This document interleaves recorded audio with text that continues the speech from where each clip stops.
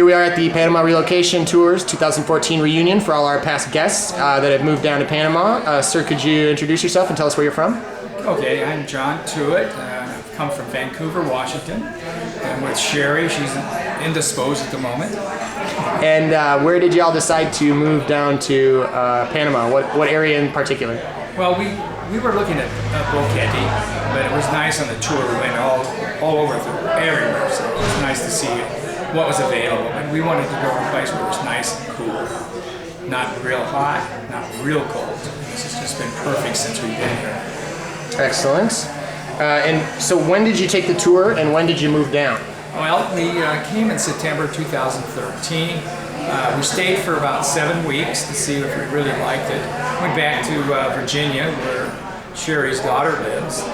Spent another 7 weeks, and then we came back here right after the first of the year.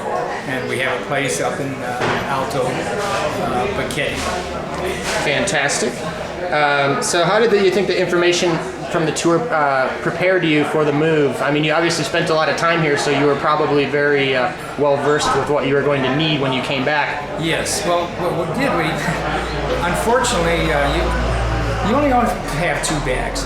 Well, we came with a little bit more, so we were kind of inconvenienced to everybody. But we brought enough so we could stay a while. And then when we went back to Virginia, we had shipped everything there that we had in Vancouver, and so we picked out what we needed and came on back. And we shipped some stuff in, stuff that's kind of hard to find up in David, which is just, I guess it's west of here, about 30 minutes. They have stores and whatnot, but not everything you can find in the United States. All right, and in terms of other areas, apart from shipping, like visas, just the small inconveniences, pet relocation, things like that, do you feel like Jackie Lange gave you a good idea of what to expect and prepare you for tackling those tasks? Yes.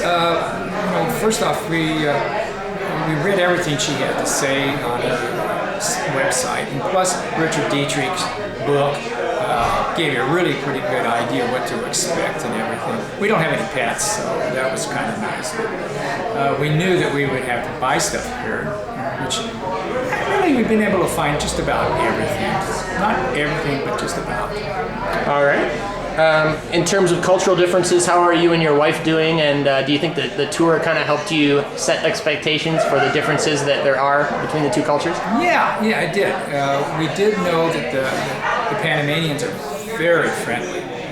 All you have to do is just smile at them and say hola, and boy, they're just going to come right back at you with a big smile. They like to hear Spanish, which I know very little, but we did have a good time while we've been here. Of course, we plan to stay, but we go on those streets, walk Boquete, everybody's smiling.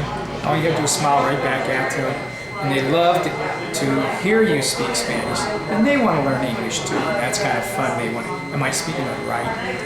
You tell them, yeah, of course you are. That's great. So overall, would you recommend the Panama Relocation Tour for people that were in a similar situation to yourself? Oh, yeah. Well, I was looking for a place where I could retire comfortably. You can live a lot less here, really a lot less, if you go and live like a Panamanian. And you can go to the Panamanian restaurants where you can eat a dinner for 2 for less than $10, depending on what you drink, it costs a little bit more. Versus, like the restaurant we're in today, Arts, very good French restaurant. It's going to be a little more expensive, but you can have your higher end restaurant, or you can have your lower end restaurant and live like a Panamanian. Chicken and rice. Nice. So overall, you'd recommend the tour for people that wanted to retire and relocate in Panama? Oh yeah, it gives you an example. You're going to see higher end places. You're going to see lower end places in there. You're going to eat in the Panamanian restaurants, and that is delicious. They have a special way.